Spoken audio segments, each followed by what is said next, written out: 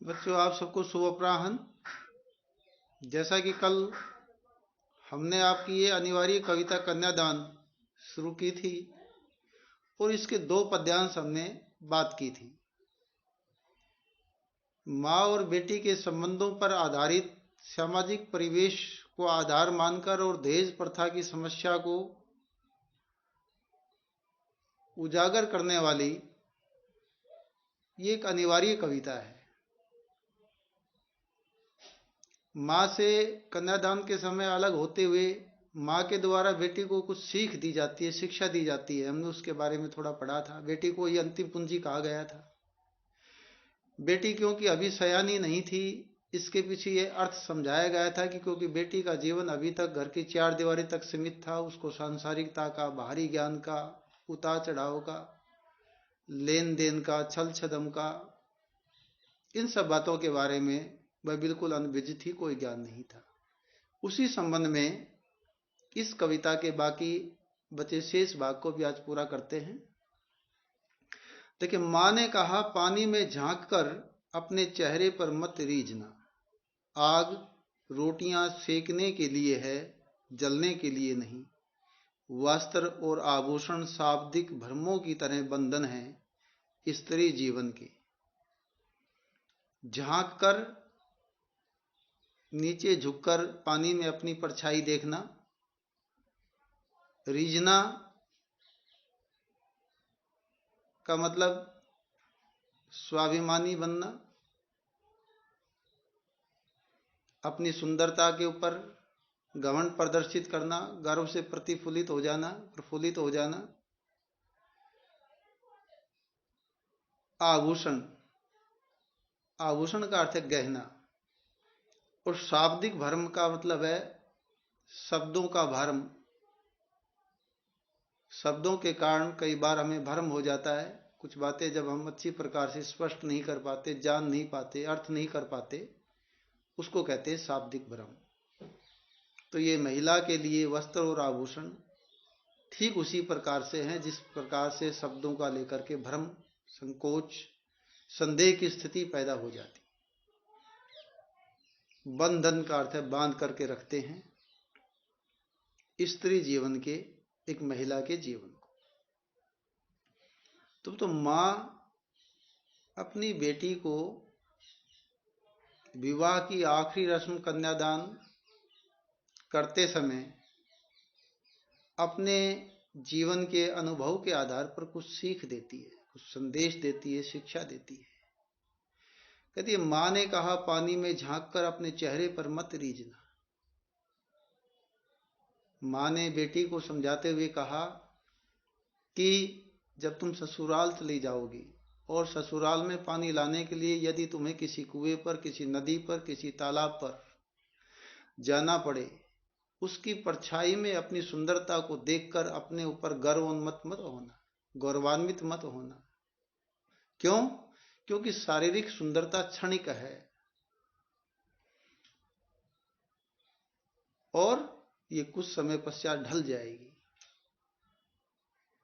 इस पर माँ इसलिए भी संकेत करके बेटी को समझा रही है कि कहीं गर्व से, घमंड से भरकर तुम अपने कर्तव्य का निरादर करने लगो और तुम्हारे व्यवहार में आए हुए परिवर्तन को देखकर ससुराल पक्ष वाले तुम्हारे जीवन लीला को ही लील देने का कदम बढ़ाने लगे। ऐसा बिल्कुल मत करना। तो माँ अपने जीवन की इस कड़वी सच्चाई और अनुभव को बेटी के साथ बांट भी रही है और बेटी को साथ साथ समझाने का भी सटीक प्रयास कर रही है। इसी संबंध में माँ अगली सीख बेटी को देते हुए कहती है कि राग रोटियां सेकने के लिए है। रसोई घर में चाहे हम चूल्हे का प्रयोग करते हैं, चाहे गैस के सिलेंडर का प्रयोग करते हैं, लेकिन जहाँ भी हमारे रसोई में खाना बनता है और खाना बनाने के लिए, भोजन तैयार करने के लिए इस अग्नि और पानी की जरूरत होती है। माँ बेटी को शिक्षा देती है कि वह जीवन का हमें सार सिखाती हैं। हमारे भोजन बनाने के लिए वो अनिवार्य आवश्यक अवयव हैं, अंग हैं, तत्व हैं।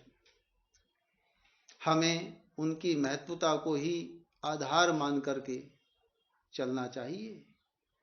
कहीं ऐसा न हो जाए कि हम अपनी कोमलता को, अपनी सादगी को, अपनी कर्तव्य निष्ठा को,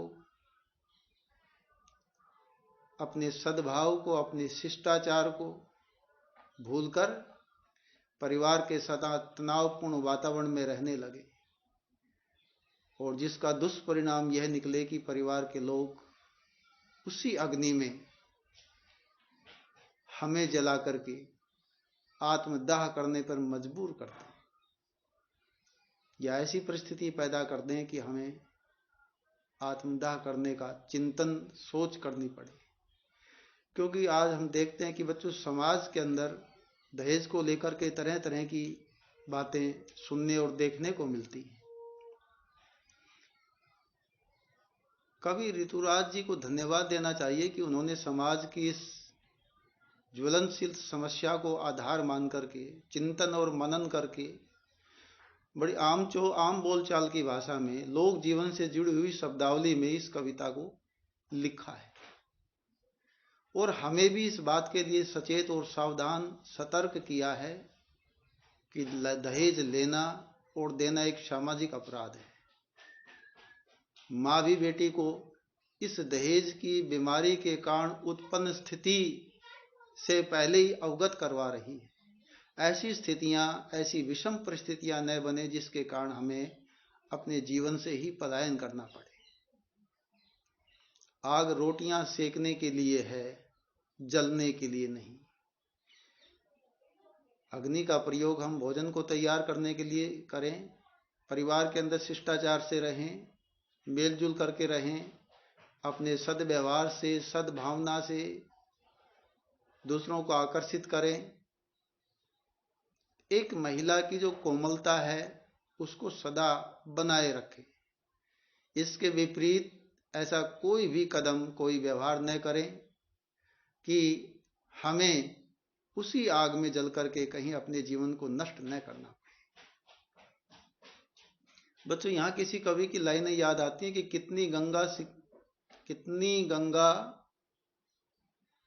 कितनी सीता रेल पटरियों बीच लहू बो जाती हैं, कितनी गंगा गंगा माँ की गोदी में सो जाती हैं।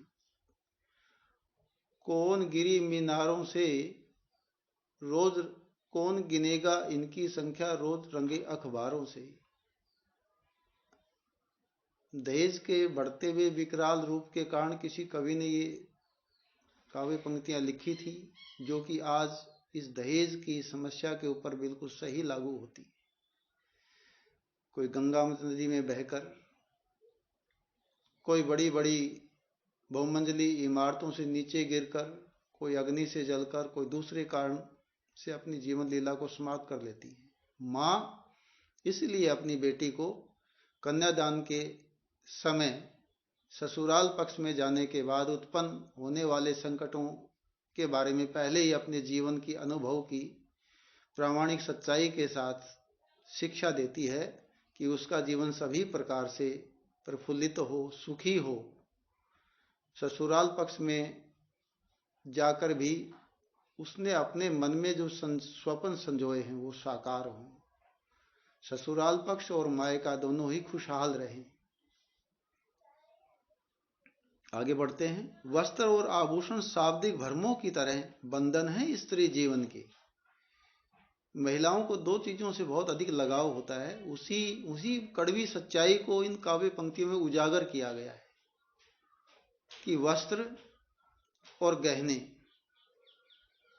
जिनके प्रति महिला को बहुत अधिक लगाव होता है, स्नेह होता है, वास्तव में कवि जी कहना चाहते हैं कि यह महिला के जीवन को बांधने में शब्दों की तरह से भ्रम का काम करते हैं।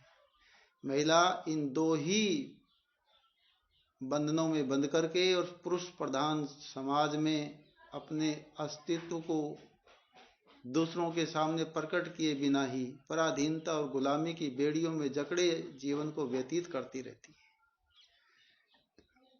कवि ऋतुराज जी इस स्थिति से, इस परंपरागत आदर्शवादी स्थिति से बाहर निकलकर आगे बढ़ने के लिए प्रेरित करते हैं। कवि कहते हैं कि ये तो एक शाब्दिक भ्रमों की तरह से हैं। जिस प्रकार से शब्दों के कारण जो संकोच पैदा हो जाता है, उसी कारण इस पुरुष प्रधान समाज में ये वस्त्र और ये गहने हमें हमेशा बंधनों में जकड़ करके रखते हैं।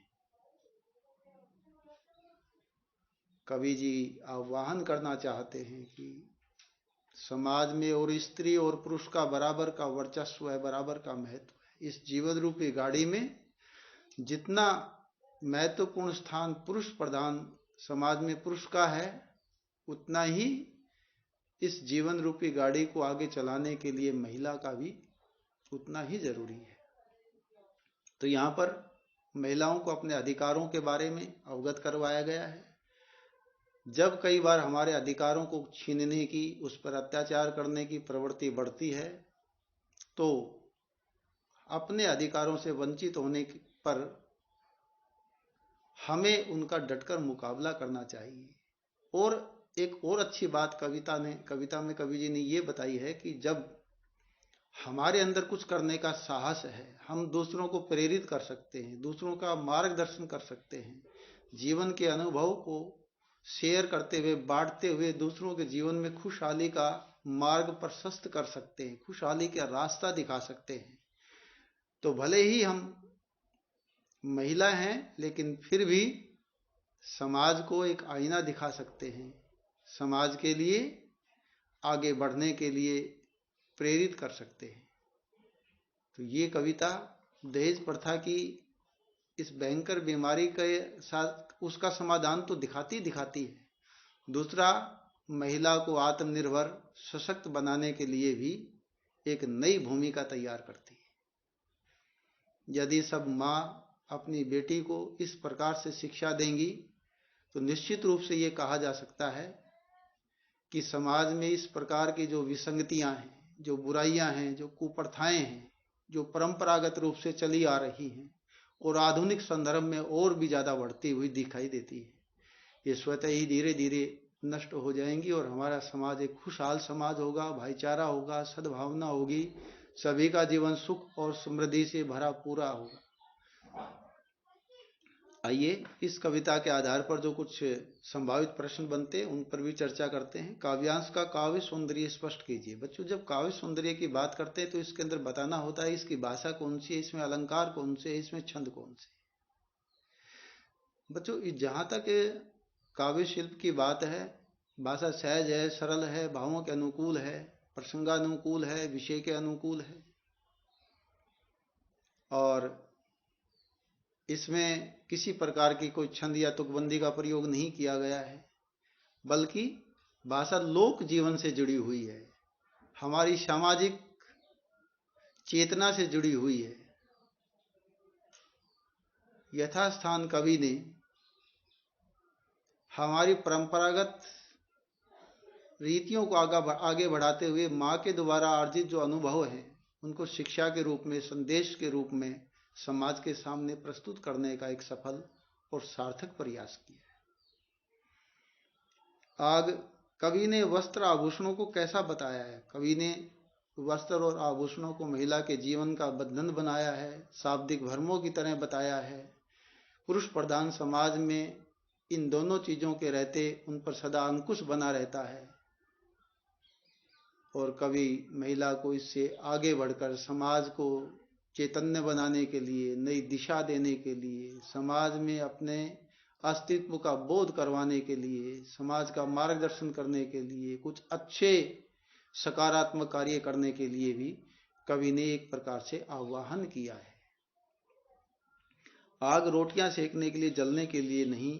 इस बात से माँ बेटी को क्या सीख देना चाहती है? इस बात से माँ बेटी को सीख ये देना चाहती है कि ससुराल में जाकर अपनी सुंदरता पर मत रीझना, अपने कर्तव्य को बड़ों के प्रति पूरा अपने कर्तव्य को निभाना, आज्ञाकारी बनना, शिष्टाचारी रहना, सद्व्यवहार करना, अपनी निर्मलता और पवित्रता को सदा मर्यादा में रह करके कायम रखना, अग्नि का प्रयोग सदा भोजन बनाने के लिए करना, कभी तनाव या आवेश में आकर के जीवन के प्रति कभी पलायन मत करना, क्योंकि इस बात के लिए माँ पहले ही शिक्षा देती है कि आग हमेशा नकारात्मक पहलुओं के लिए प्रयोग नहीं की जाती, सकारात्मक पहलुओं के लिए ही प्रयोग की जाती है। इसलिए वह जलने के लिए नहीं बल्कि रोटियां बनाने, भोजन को तैयार करने के लिए है। उसका हमें यहीं तक अपने जीवन में सकारात्मक पक्ष को ही अपना करके प्रयोग करना चाहिए। लड़की होना पर लड़की जैसी दिखाई मत देना, इस पंक्ति में कवि ने किस पीड़ा को व्यक्त किया है? लड़की होना, पहले तो इस पंक्ति को, इस बात को यहां समझने की कोशिश करेंगे। लड़की होने का मतलब यह है कि जो उसकी कोमलता है, उसकी सादगी है, उसका धैर्य है, उसका परस्पर स्नेह है, सद्भावना है, शिष्टाचार है, मिलनसार व्यक्तित्व है, ये तो है एक अच्छी आदर्श लड़की का विवाह के बाद जब वो ससुराल पक्ष में जाती है, और उसके अंदर ये सभी गुण होने चाहिए। परंतु कवि इस बात की ओर भी संकेत करते कि माँ उसे ये शिक्षा देती है, लड़की होना यानी इन सारे गुणों का ससुराल पक्ष में जाकर के अच्छी प्रकार से पालन करना और अपने कार्य से सबके मन को जीतने का, प्रसन्न करने का प्रयास करना। परंतु आगे एक बात और इंपॉर्टेंट बात कही है कि लड़की जैसी दिखाई मत देना।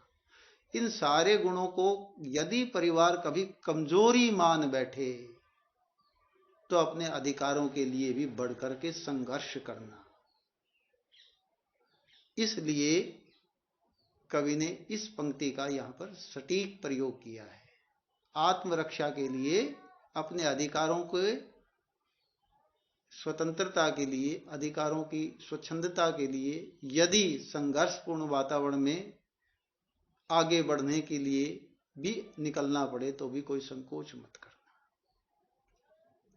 अगला है, माँ ने बेटी को क्या क्या सीख दी? बच्चों बहुत ज्यादा इंपॉर्टेंट क्वेश्चन है। माँ ने अपने जीवन भर की प्रामाणिक सच्चाई के साथ बेटी को कन्यादान करते समय शिक्षा देते हुए कहा कि उसे ऐसा लग रहा था कि जैसे उसकी अंतिम पूंजी आज उससे अलग हो रही। नंबर 2, माँ ने बेटी को कभी भी अपनी सुंदरता पर गर्व न करने के लिए प्रेरित किया। माँ ने कहा कि कभी भी अपनी परछाई को कुएं, नदी, तालाब के जल में देख करके मत रीझना, क्योंकि ये शारीरिक सुंदरता थोड़े समय की है, थोड़े दिन बाद ये ढल जाएगी। और समय हमेशा परिवार में अपने कर्तव्य के प्रति सचेत और सावधान रहेगी। माँ अगली शिक्षा देती हुई कहती हैं कि आग का प्रयोग सदा सकारात्मक कार्यों के लिए, भोजन बनाने के लिए करना, नकारात्मक कार्य के लिए ऐसी कोई परिस्थिति पैदा मत करना कि वह हमारी मृत्यु का कोई कारण बने, जीवन के प्रति पलायन का बोध करवाए। इस प्रकार माँ अपनी बेटी को अपने जीवन से मिली शिक्षा, अनुभव से प्राप्त सच्चाई प्रमाण के साथ देकर के उसके भविष्य के प्रति, उसके खुशहाल जीवन की उम्मीद करती है, और उसे इस बात का भरोसा है कि इन सब बातों का अगर मेरी बेटी पालन करेगी तो उसका जीवन समुचित रूप से ससुराल में रहकर भी सुख और समृद्धि से भरा पूरा होगा। कन्यादान कविता में माँ की किस पीड़ा को अभिव्यक्त किया गया है? एक माँ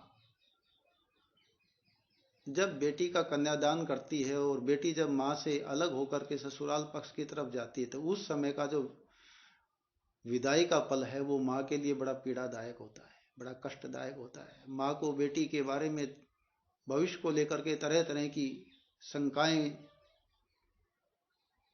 ये भी उसके मन में विचार आता है कि अब तक तो वह केवल घर की चार दीवारी तक सीमित थी, घर के परिवार के सदस्यों का ही प्रेम उसने पाया था, परंतु ससुराल में जाकर के उसे दूसरे सदस्यों के साथ भी समायोजित होना है, सबके स्वभाव को भी समझना है, अपने कर्तव्य को भी करना है, आज्ञाकारी भी बनना है, अपनी निर्मलता, अपनी मर्यादा, पवित्रता को भी बरकरार रखना है, आदि आदि बातों को सोच करके माँ अनेक प्रकार से चिंतित रहती है।